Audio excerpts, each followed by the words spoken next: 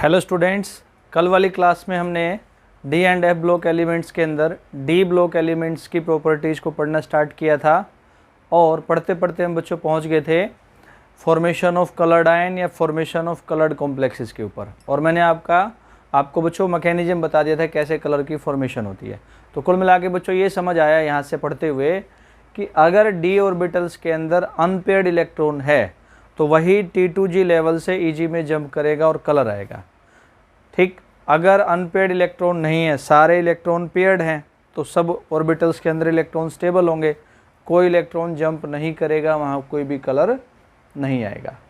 ऐसे ही बच्चों आगे अगर डी ऑर्बिटल खाली है तो जंप कौन करेगा, वहाँ भी कोई भी कलर नहीं आएगा। तो कलर फॉर्मेशन में इन तीन बातों का ध्यान रखना है। कलर कब आएगा? जब अनपेयर्ड इलेक्ट्रॉन होगा।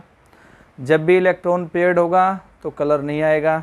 जब भी इलेक्ट्रॉन डी में होगा ही नहीं तो भी कलर नहीं आएगा। तो लिखेंगे इसको एक लाइन में,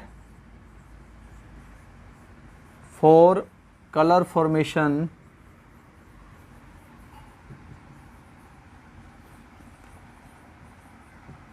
इलेक्ट्रॉन्स इन डी ऑर्बिटल्स क्या होना चाहिए? Should be unpaired. अगर क्या बच्चों डी ऑर्बिटल्स आर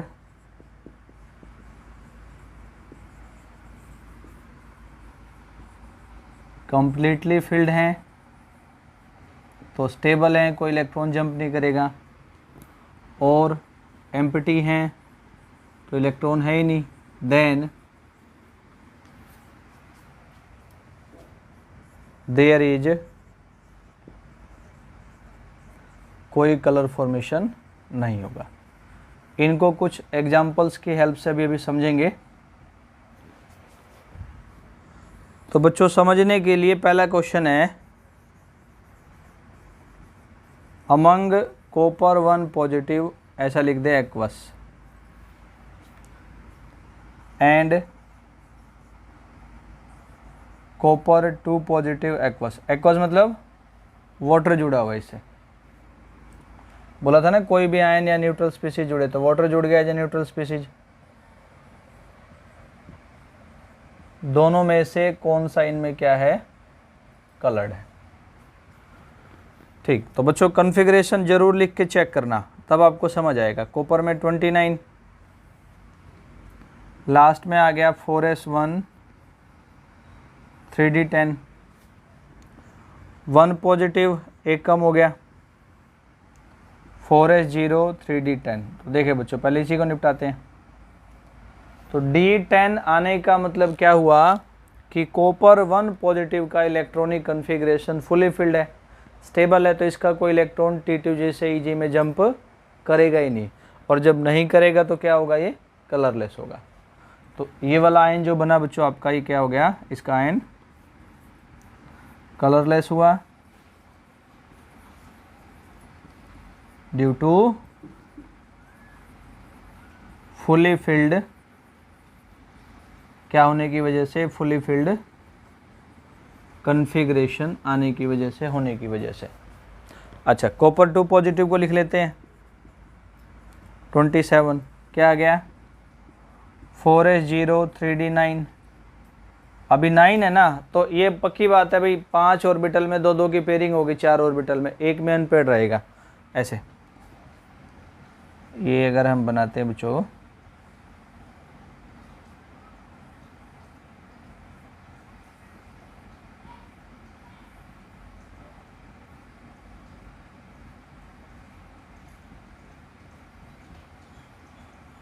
एक अनपेयर्ड है ना, आप ऐसे भर के देख ले, तो एक इलेक्ट्रॉन अनपेयर्ड होने की वजह से जो कॉपर 2 पॉजिटिव है क्या होगा? ये कलर्ड होगा।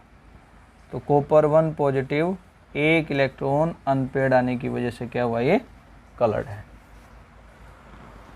और कुछ क्वेश्चंस ऐसे बताता हूं मैं आपको। मान लो ये आ गया y जिंक 2 पॉजिटिव या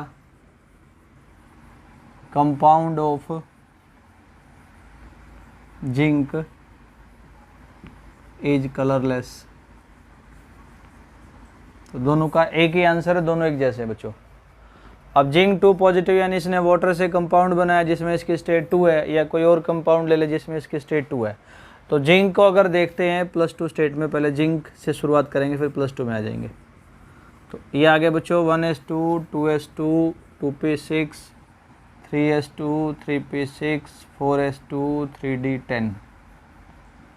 और अगर 2 पॉजिटिव का निकालना है तो 28 क्या आ गया 4s0 3d10। तो क्या हुआ, क्यों कलरलेस हो गया, क्योंकि जिंक 2 पॉजिटिव में इसका कॉन्फ़िगरेशन क्या है, फुली फिल्ड है, इसलिए जंप नहीं करेगा, नहीं करेगा तो क्या रहेगा, ये कलरलेस रहेगा। तो इसका आंसर हो जाएगा बच्चों due to fully filled configuration, fully filled electronic configuration होने की वजह से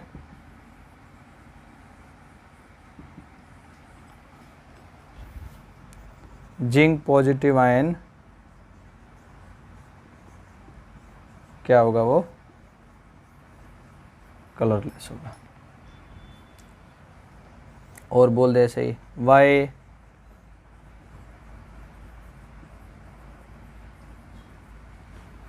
compounds of cadmium and mercury, cadmium और मरकरी के कंपाउंड क्या है, कलरलेस हैं। इनके अंदर फुली फिल्ड कॉन्फ़िगरेशन आएगा, इनके आयन बनाएंगे, इसलिए क्या होंगे, colourless, due to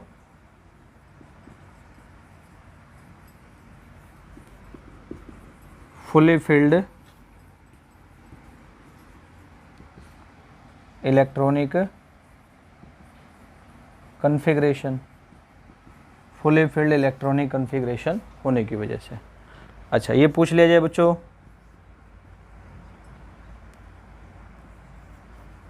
Y scandium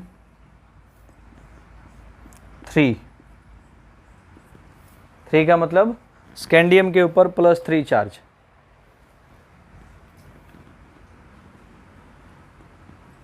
ये ऐसे बोलेंगे इसको, वाई स्कैंडियम इन स्कैंडियम 3 पॉजिटिव स्टेट, ऐसा इज कलरलेस, यानी कोई कंपाउंड बनाया जहाँ इसकी स्टेट +3 आई वहाँ ये कलरलेस है, क्यों।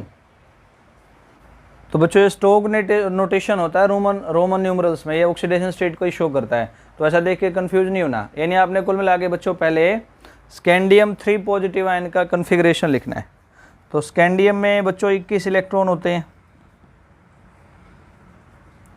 तो क्या बनेगा 1s2 2s2 2p6 3s2 3p6 4s2 3d1।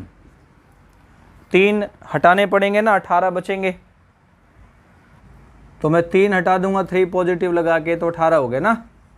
तो अब देखिए बच्चों 3 हट गए तो 2s से जाएगा, एक d से जाएगा, क्या आ गया 3p6 आ गया ना, खाली हो गया d। तो 1s2 2s2 2p6 3s2 3p6 4s2 4s तो 0 3d 0। तो क्यों कलर नहीं आया, क्योंकि d के अंदर इलेक्ट्रॉन आ गया 0। जब d के अंदर इलेक्ट्रॉन ही 0 आ गया तो बच्चों जंप कौन करेगा T2G से E लाइट को लेकर के। तो जब इलेक्ट्रॉन ही नहीं है तो जंप कौन करेगा, लाइट को कहाँ से अब्जॉर्ब करेगा, करेगा ही नहीं, तो इसलिए क्या होगा, ये कलरलेस होगा।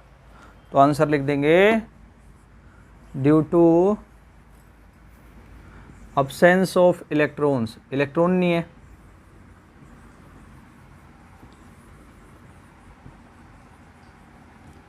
इन d ऑर्बिटल्स, d ऑर्बिटल्स के अंदर स्कैंडियम 3 पॉजिटिव अपने कंपाउंड में क्या होगा बच्चों, कलरलेस होगा। ये इसका लॉजिक होता है, ठीक है। तो ऐसा भी आ सकता है कि इलेक्ट्रॉन ही ना हो तो कलर को बताना हो। चले एक क्वेश्चन और मैं यहाँ से बताता हूँ आपको। Why anhydrous copper sulphate is colorless, but copper sulfate 0.5H2 इसका ब्लू कलर होता है, हैज कलर। अब बच्चों ये बात जरूरी है कि इलेक्ट्रॉन अनपेयर्ड होना चाहिए। आप देखेंगे दोनों में सेम स्टेट मिलेगी आपको, X सल्फेट का -2, यहाँ भी बच्चों वही आना है,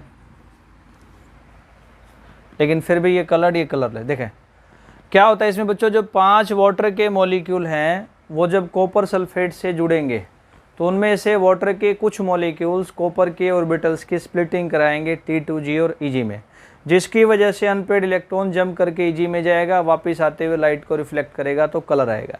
इलेक्ट्रॉन यहाँ अनपेयर्ड है लेकिन इसकी स्प्लिटिंग नहीं हो पाती है T2G और Eg में, इसलिए इलेक्ट्रॉन लाइट को लेगा ही नहीं। जब लाइट लेगा नहीं तो रिफ्लेक्ट क्या करेगा, इसलिए इसमें कलर नहीं आएगा।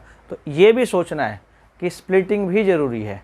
तो इसका आंसर क्या आ जाएगा बच्चों, in copper sulphate 0.5H2O some molecules of water, water के कुछ मॉलिक्यूल क्या करेंगे, जुड़ करके वाटर कंबाइन कर लेंगे, सीधा बोल देंगे इसके साथ, वाटर मतलब हाइड्रेट में से कुछ मॉलिक्यूल कंबाइन विद कॉपर और कंपाउंड बना के उसको तोड़ देंगे उसको ऑर्बिटल को, and split it's D orbitals, उसके डी ऑर्बिटल्स को इनटू 2 एनर्जी लेवल्स, 2 एनर्जी के लेवल्स में,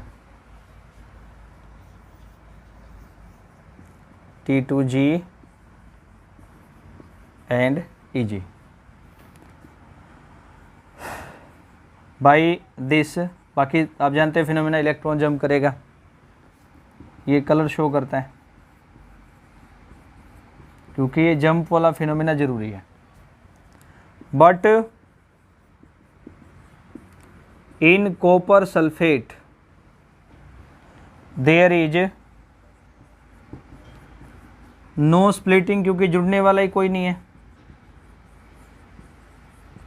of d orbitals, d orbitals की कोई स्प्लिटिंग नहीं है। इन T2G ये बनेगा ही नहीं, एंड Eg लेवल्स, इसलिए सो इट डज नॉट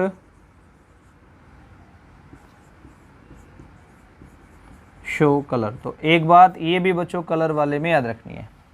तो ऐसा करके बच्चों एक कलर वाला जो कॉन्सेप्ट है, जो प्रॉपर्टी है वो कंप्लीट होती है।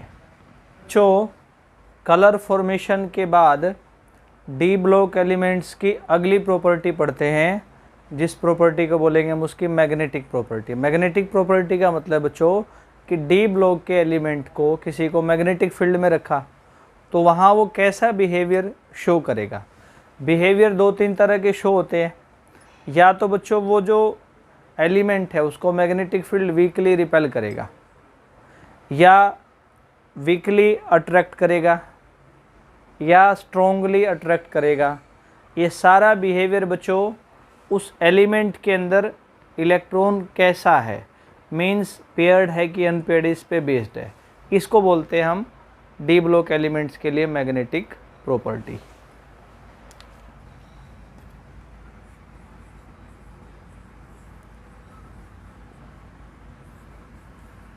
ये प्रॉपर्टी पहले सॉलिड स्टेट में भी होती थी, इस बार ये कोविड-19 की वजह से सिलेबस से हटा है, अगले साल फिर आ जाएगा। खैर इसमें है, अभी यहाँ हम पढ़ लेंगे। तो मैंने बिहेवियर की बात करी, तो शुरुआत करता हूँ मैं बच्चों। जिस एलिमेंट को मैग्नेटिक फील्ड वीकली रिपेल करे उसके बिहेवियर को, उसके मैग्नेटिक बिहेवियर को बोलते हैं कि वो पैरामैग्नेटिक है। और ऐसे एलिमेंट की पहचान होती है बच्चों, उसके पास अनपेयर्ड इलेक्ट्रॉन होता है। एक बात सिर्फ अभी नोट करेंगे, एलिमेंट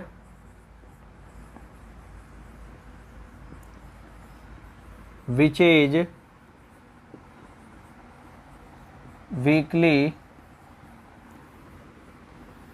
repelled by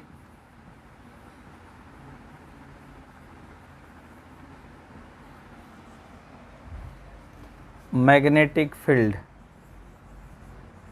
इस बिहेवियर को ही पैरामैग्नेटिक बोलते हैं, शायद फिजिक्स में भी आएगा बच्चों ये, इज पैरामैग्नेटिक, कॉल्ड पैरामैग्नेटिक। पहचान क्या होती है इनकी कि एलिमेंट के पास क्या होता है,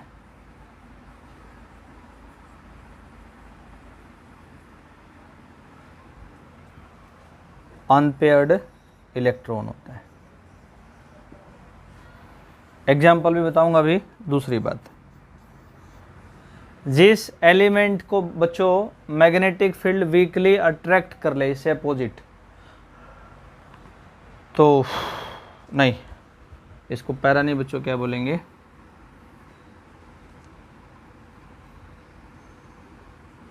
नाम ही बदल देते हैं।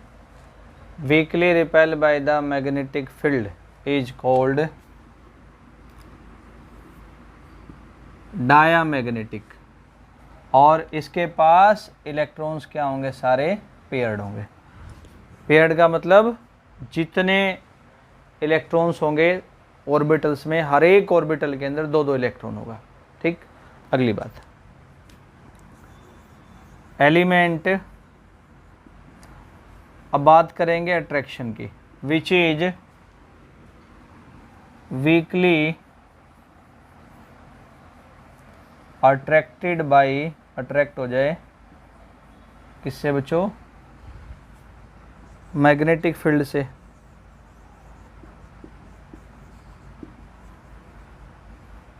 क्या बोलेंगे इसको, कॉल्ड पैरामैग्नेटिक। और इसकी पहचान क्या है कि एलिमेंट के पास अनपेयर्ड इलेक्ट्रॉन होता है, एक भी अनपेयर्ड होगा तो पैरामैग्नेटिक होगा। एलिमेंट हैज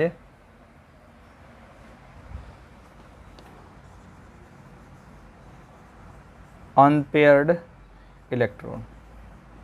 और तीसरी बात, मैं शुरू में मैग्नेटिक बिहेवियर की बता रहा था कि ऐसा एलिमेंट जिसको मैग्नेटिक फील्ड बच्चों स्ट्रोंगली अट्रैक्ट करे उसको बोलेंगे फेरोमैग्नेटिक। क्या बोलेंगे, फेरोमैग्नेटिक। उसकी पहचान ये होती है कि उसके पास large number of unpaired electrons होते हैं। लार्ज नंबर ऑफ अनपेयर्ड का मतलब होता है बच्चों कि जितने भी इलेक्ट्रॉन्स होंगे सब के सब क्या होंगे, अनपेयर्ड होंगे। लार्ज नंबर का मतलब जितने भी इलेक्ट्रॉन्स हैं सब के सब क्या बच्चों, अनपेयर्ड है। तो एलिमेंट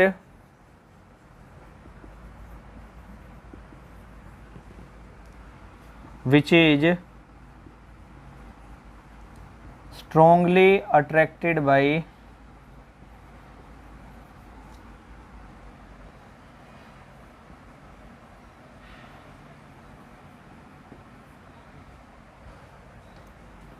magnetic field is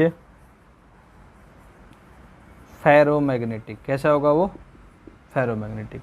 क्या पहचान है इसकी, इट हैज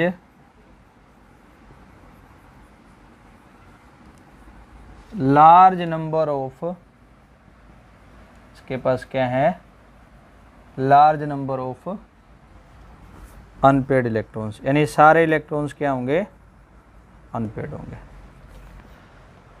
एक चीज और बच्चों, इलेक्ट्रॉन्स की स्पिन मोशन की वजह से जब अपने एक्सिस के अराउंड घूमेंगे तो इलेक्ट्रॉन्स की बच्चों स्पिन मोशन की वजह से उनके अंदर एक मैग्नेटिक मूवमेंट डेवलप होती है। उस मैग्नेटिक मूवमेंट को भी हम कैलकुलेट कर सकते हैं। उसको कैलकुलेट करने का एक फॉर्मूला है, वो लिखते हैं। तो spin only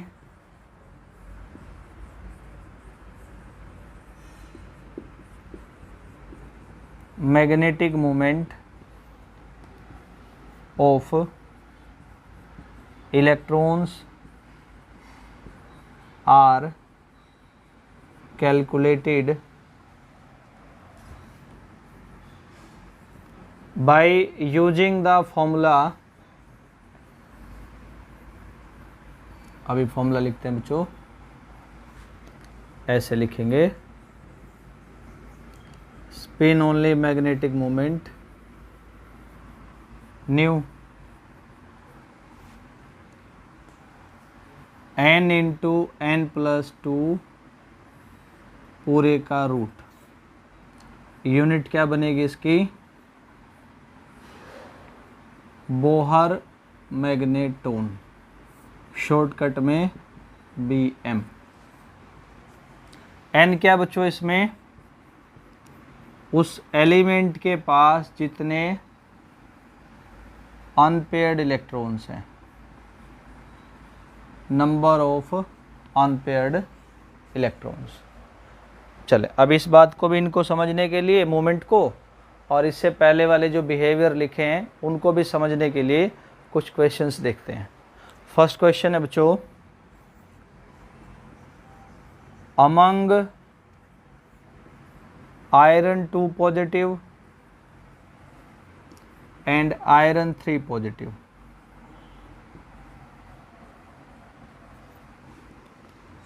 which one is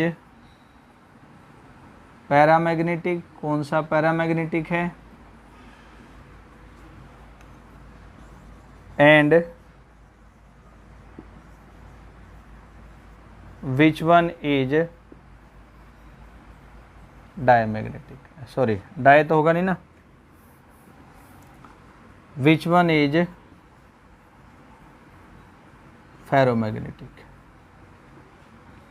तो बच्चों कन्फिग्रेशन लिखना, पहले इलेक्ट्रॉन चेक करना, अपने आप आंसर आ जाएगा। आयरन में इलेक्ट्रॉन होते हैं 26, तो 1s2 2s2 2p6 3s2 3p6 4s2 3d6, 2 चले गए, 24 4s0 3d6, तो सारे भरे हुए। इनको लास्ट वाले को देखेंगे 3d6, कई बच्चों को देख के समझ आ गया होगा। d के 5 ऑर्बिटल हैं, लेकिन इलेक्ट्रॉन कितने बच्चों? 6 हैं। 1 2 3 4 5 6। तो मैंने कहा था ना कि अनपेयर्ड इलेक्ट्रॉन होगा, एक भी होगा तो क्या होगा? वो पैरामैग्नेटिक। Fe2 पॉजिटिव में तो 4 अनपेयर्ड इलेक्ट्रॉन हैं, इसलिए बच्चों ये कैसा होगा? इसका बिहेवियर कैसा होगा? इसका बिहेवियर होगा पैरामैग्नेटिक। बच्चों 4s0 3d में कितने आ गए? 5।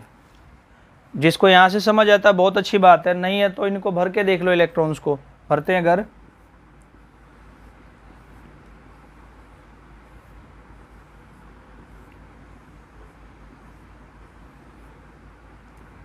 एक 2 3 4 5। तो मैंने कहा था ना कि इनके पास large number of unpaired electron होंगे। किनके पास? फेरोमैग्नेटिक के पास। तो लार्ज नंबर का मतलब होता है बच्चों जितने इलेक्ट्रॉन्स होंगे, जितने ऑर्बिटल्स में होंगे, सब अनपेयर्ड होंगे। तो हर एक ऑर्बिटल के अंदर अनपेयर्ड इलेक्ट्रॉन है, मतलब large number of unpaired electron है, इसलिए फेरोमैग्नेटिक होगा। इधर क्या है? कहोगे सर लार्ज नंबर तो यहाँ भी है, लेकिन एक पेयर्ड है ना। लार्ज नंबर ऑफ अनपेयर्ड आते ही आपने क्या याद करना है बच्चों की जितने भी इलेक्ट्रॉन्स होंगे सब के सब क्या होंगे? अनपेयर्ड होंगे। मतलब जितने भी ऑर्बिटल्स में इलेक्ट्रॉन्स होंगे वो सब के सब अनपेयर्ड होंगे, तो फेरोमैग्नेटिक होगा। ये बात कौन पूरी कर रहा है? Fe3 positive. इसलिए बच्चों Fe3 पॉजिटिव का जो बिहेवियर है, जो प्रॉपर्टी है, उसके हिसाब से क्या वो फेरोमैग्नेटिक है। आ गई बात समझ? एक क्वेश्चन और,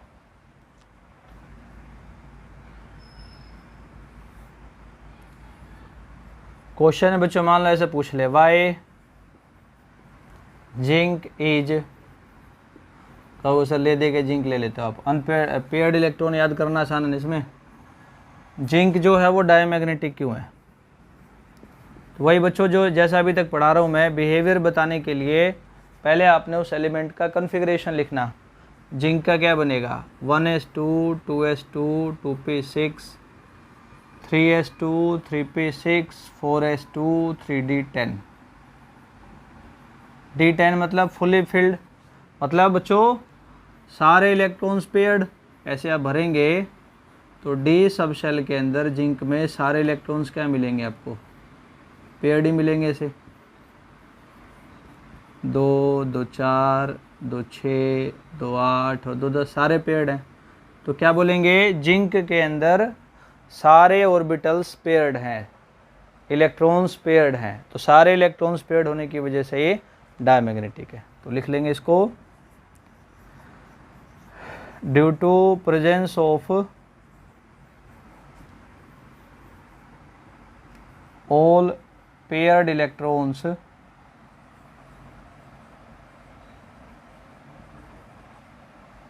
जिंक इज, कैसा है जिंक, डायमैग्नेटिक। एक क्वेश्चन और मान लिया ऐसे आ जाए, calculate spin only magnetic movement of nickel two positive. आपने कैलकुलेट करना है क्या, spin only magnetic movement of nickel two positive. तो बच्चों अभी मैंने आपको पढ़ाया थोड़ी देर पहले, चाहे किसी भी एलिमेंट का, किसी भी आयन का आपने spin only magnetic movement calculate करना है तो उसके अंदर आपको नंबर ऑफ अनपेड इलेक्ट्रॉन्स पता होने चाहिए। तो पहले इसका कन्फिग्रेशन लिख के इसके नंबर ऑफ अनपेड इलेक्ट्रॉन्स देखते हैं। तो निकल में बच्चों 28 इलेक्ट्रॉन्स, तो क्या आएगा configuration, 1s2 2s2 2p6 3s2 3p6 4s2 3d8। 2 electron चले गए यहाँ से, कितने रह गए अब 26। क्या बचेगा बच्चों, 4s0 3d8 है ना, 2 चले गए, 3d8 आ गया ना। अब 3d8 जिसको बच्चों डायरेक्ट समझ आता अनपेड छांट ले, नहीं आता जो मेरे की तरह है जिसको जल्दी समझ नहीं आता तो डी के अंदर 8 इलेक्ट्रॉन भर के देख ले, अपने आप समझ आ जाएगा। तो 5 ऑर्बिटल बनाना है इसके पहले, 3 4 5, 1 2 3 4 5 6 7 8 ऐसे भर दिए। 8 भरने के बाद बच्चों ये तो सारे पेड हैं, अनपेड सिर्फ कितने आए हैं, 2 ही आए हैं। तो इस हिसाब से इसका स्पिन ओनली मैग्नेटिक मोमेंट क्या आएगा, 2 × 2 + 2 n × n + 2 पूरे का रूट, 4 × 2 कितना आएगा 8 बोहर मैग्नेटॉन। तो ऐसे इसको बच्चों क्या करना होता है, फाइंड करना होता है। तो यहाँ तक मैग्नेटिक प्रॉपर्टी कंप्लीट। तो कुछ भी बताना है बच्चों, चाहे मैग्नेटिक प्रॉपर्टी में पैरामैग्नेटिक, डायमैग्नेटिक, फेरोमैग्नेटिक आ जाए, चाहे ऐसे मैग्नेटिक मोमेंट कैलकुलेट करना आ जाए, आपने इलेक्ट्रॉनिक कॉन्फ़िगरेशन को लिखना है, फिर उसके आंसर को बताना है। अब बच्चों ट्रांजिशन मेटल्स की नेक्स्ट प्रॉपर्टी पढ़ते हैं और इसका नाम है कैटालिटिक प्रॉपर्टी। मतलब transition metals as a catalyst काम करते हैं। कुछ एग्जाम्पल्स है जाने पहचाने जो आपने पहले सुने बच्चों, शुरुआत उन्हीं से करते हैं। जैसे हाइड्रोजनेशन प्रोसेस होता है, अनसेचुरेटेड कंपाउंड पे हाइड्रोजन जोड़ेंगे तो सेचुरेटेड में चेंज हो जाएगा, वहाँ निकल कैटलिस्ट है जो कि ट्रांजिशन मेटल है। हैबर प्रोसेस होता है नाइट्रोजन और हाइड्रोजन को जोड़ करके अमोनिया बनाने के लिए, वहाँ पे बच्चों आयरन का ऑक्साइड कैटलिस्ट होगा। कॉन्टैक्ट प्रोसेस होता है, कॉन्टैक्ट प्रोसेस, ठीक है, फॉर द मैन्युफैक्चरिंग ऑफ, किसके लिए बच्चों, सल्फ्यूरिक एसिड। अब तो सिलेबस हट गया, नहीं तो पी ब्लॉक में आता। तो उसके अंदर एक स्टेप होता है SO2 से SO3 बनेगा। तो SO2 से उस स्टेप में जब SO3 बनेगा तो वहाँ पे बच्चों वेनेडियम पेंटाऑक्साइड V2O5 क्या होता है, कैटलिस्ट का काम करता है। ऐसे प्लेटिनम जो होता है बहुत सारे रिएक्शंस के अंदर रिड्यूसिंग एजेंट का काम करता है। तो ऐसे बच्चों मैंने एग्जांपल बताए, इनके अलावा भी बहुत सारे ट्रांजिशन मेटल्स कैटलिस्ट का काम करते हैं। तो पहले इस बात को समझते हैं, फिर इसका रीजन देखेंगे कि कैटलिस्ट का काम क्यों करते हैं।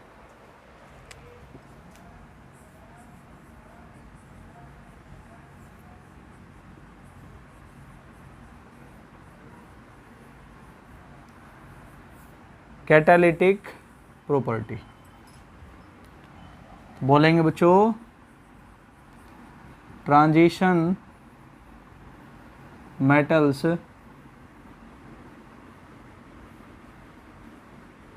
act as catalyst in many reactions, जैसे कि बच्चों लाइक निकल इन हाइड्रोजनेशन, जैसे निकल किसके अंदर बच्चों, हाइड्रोजनेशन के अंदर, जब हाइड्रोजन ऐड करके अनसैचुरेटेड हाइड्रोकार्बन को सैचुरेटेड में चेंज करेंगे। Vanadium pentoxide in contact process. ऐसे बच्चों नेक्स्ट अगर बात करेंगे तो मैंने कहा क्या, प्लेटिनम हाइड्रोजनेशन में निकल के साथ साथ प्लेटिनम का यूज़ करते हैं। और मैंने कहा आयरन का ऑक्साइड हैबर प्रोसेस में अमोनिया बनाने के लिए, आयरन ऑक्साइड इन हैबर्स प्रोसेस। तो ये समझने की बात है बच्चों कि इसका क्या रीजन है कि ट्रांजिशन मेटल्स जो बच्चों कैटलिस्ट का काम करते हैं, इसका लॉजिक क्या है, इसका रीजन क्या है ना। पहला रीजन बच्चों, जो प्रॉपर्टीज आपने पहले पढ़ी है उन्हीं को मिला करके इसका रीजन बनेगा। ट्रांजिशन मेटल्स का बच्चों ऑक्सीडेशन नंबर वेरिएबल है, +2 से लेके +7 तक। वेरिएबल ऑक्सीडेशन नंबर होने की वजह से किसी भी स्टेट में इंटरमीडिएट बना देते हैं। और आपने पहले पढ़ा इंटरमीडिएट की एनर्जी हाई होती है, इसलिए क्या होता है, वो तुरंत डिसोसिएट होकर प्रोडक्ट बनाएगा। हाई एनर्जी होने की वजह से रिएक्शन की एक्टिवेशन एनर्जी को क्या करेगा, ये कम कर देगा, डिक्रीज कर देगा। Transition metals have variable oxidation number, so they form, क्या बनाते हैं वो, इंटरमीडिएट।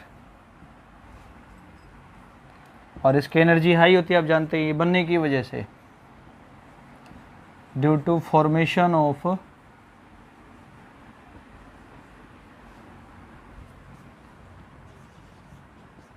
इंटरमीडिएट। इसकी खुद की एनर्जी हाई होती है, इसलिए फटाफट प्रोडक्ट में चेंज होगा। एक्टिवेशन एनर्जी घटेगी क्योंकि इसकी एनर्जी ज़्यादा है, वो एनर्जी खुद यही दे देगा। एंड रिएक्शन बिकम्स फास्ट, और रिएक्शन क्या हो जाएगी, फास्ट हो जाएगी। दूसरा रीजन, दूसरा भी बता सकते हैं कि इनके पास अनपेयर्ड इलेक्ट्रॉन होते हैं डी ऑर्बिटल्स में, इस वजह से ये लाइट को एब्जॉर्ब करते हैं, आपने सुना ही है। और T2G से EG लेवल में जाएंगे, जो ये लाइट एब्जॉर्ब करेंगे वो लाइट एनर्जी के रूप में, एक्टिवेशन एनर्जी के रूप में रिएक्शन में काम आ जाएगी। यानी यहाँ भी एक्टिवेशन एनर्जी डिक्रीज होगी, बाहर से एक्टिवेशन एनर्जी नहीं देनी पड़ेगी। जो लाइट ने एनर्जी एब्जॉर्ब की है वही एज ए एक्टिवेशन एनर्जी क्या हो जाएगी, यूज हो जाएगी। तो सेकंड थिंग, दे हैव, क्या होगा इनके पास, अनपेयर्ड इलेक्ट्रॉन्स होंगे, इसलिए क्या करेंगे, so they absorb the light, light को क्या कर लेंगे, एब्जॉर्ब कर लेंगे।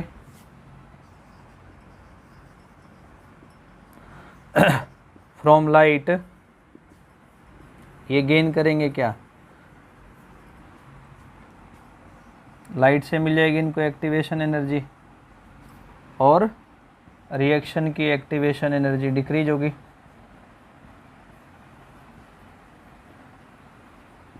और उस वजह से रिएक्शन फास्ट हो जाएगी। तीसरा रीजन हम सोच सकते हैं, बता सकते हैं, इनके पास वैकेंट डी ऑर्बिटल होते हैं, और वैकेंट डी ऑर्बिटल पे क्या करेंगे, रिएक्टेंट का एडजॉर्प्शन करवाएंगे, और एडजॉर्प्शन से इनके D orbitals, vacant D orbital में रिएक्टेंट की कंसंट्रेशन बढ़ेगी। और बच्चों जितनी ज़्यादा रिएक्टेंट की कंसंट्रेशन होगी उतना ज़्यादा प्रोडक्ट बनेगा, रिएक्शन का रेट फास्ट हो जाएगा, रिएक्शन इंक्रीज हो जाएगी। तो एडजॉर्प्शन थ्योरी के अकॉर्डिंग तीसरी बात हम बोल सकते हैं जो कैटलिस्ट ये काम करते हैं। तो बोल देंगे they have vacant D orbitals, इनके पास क्या है, वैकेंट डी ऑर्बिटल्स हैं। इसलिए क्या करेंगे, सो दे एडजॉर्ब, सरफेस पे इकट्ठा कर लेंगे।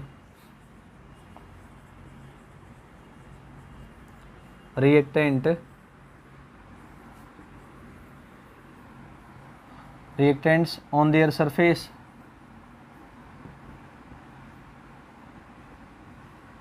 और जो कंसंट्रेशन होगी, कंसंट्रेशन ऑफ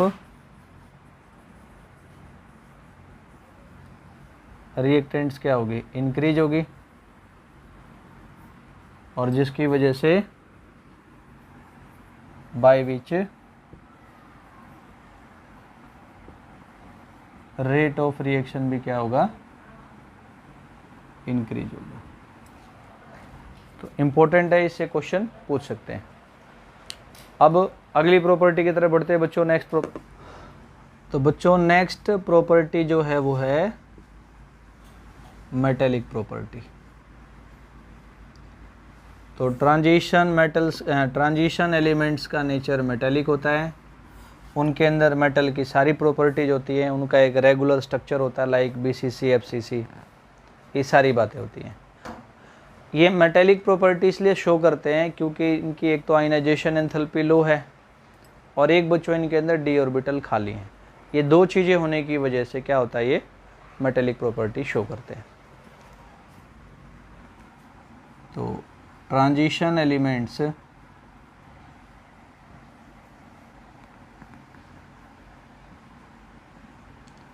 शो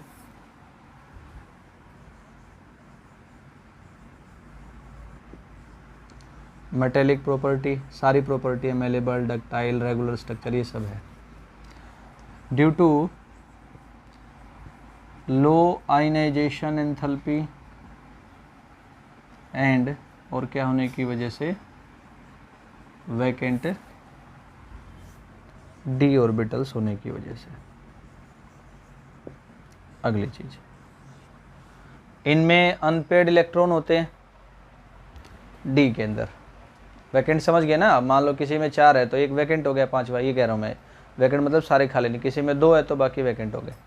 तो अनपेड इलेक्ट्रॉन होने की वजह से ये कौन सा बॉन्ड बनाएंगे, मेटेलिक बॉन्ड, मतलब आयरन के एटम आपस में जुड़ेंगे, निकल के एटम आपस में जुड़ेंगे, कौन सा बॉन्ड बना के बच्चों, metallic.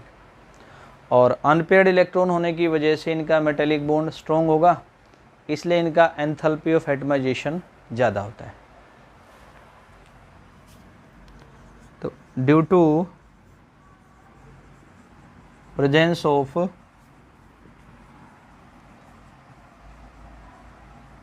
Unpaired electrons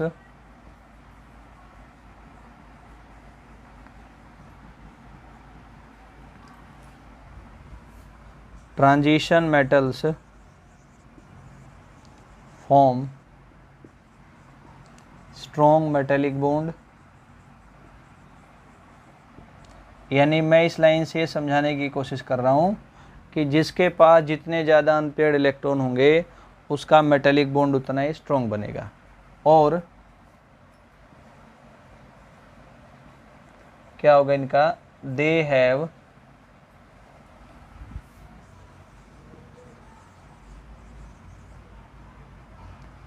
high enthalpy of atomisation. क्या होगा इनका, high enthalpy of atomisation.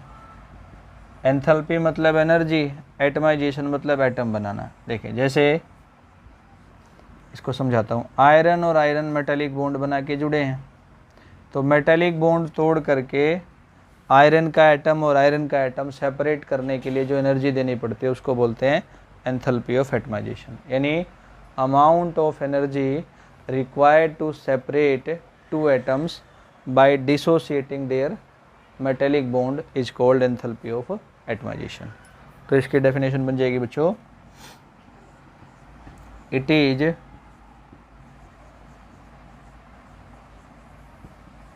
amount of energy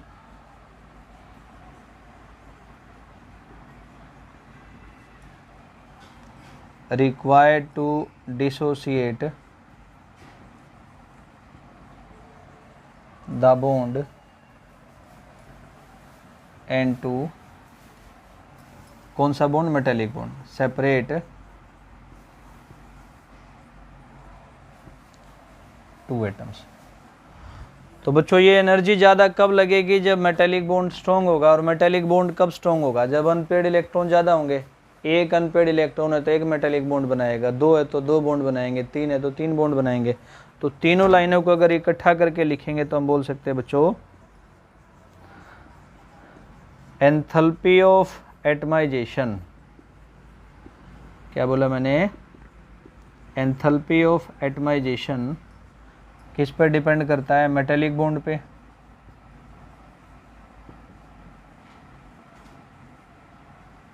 और मेटेलिक बॉन्ड की स्ट्रेंथ किस पर डिपेंड करेगी,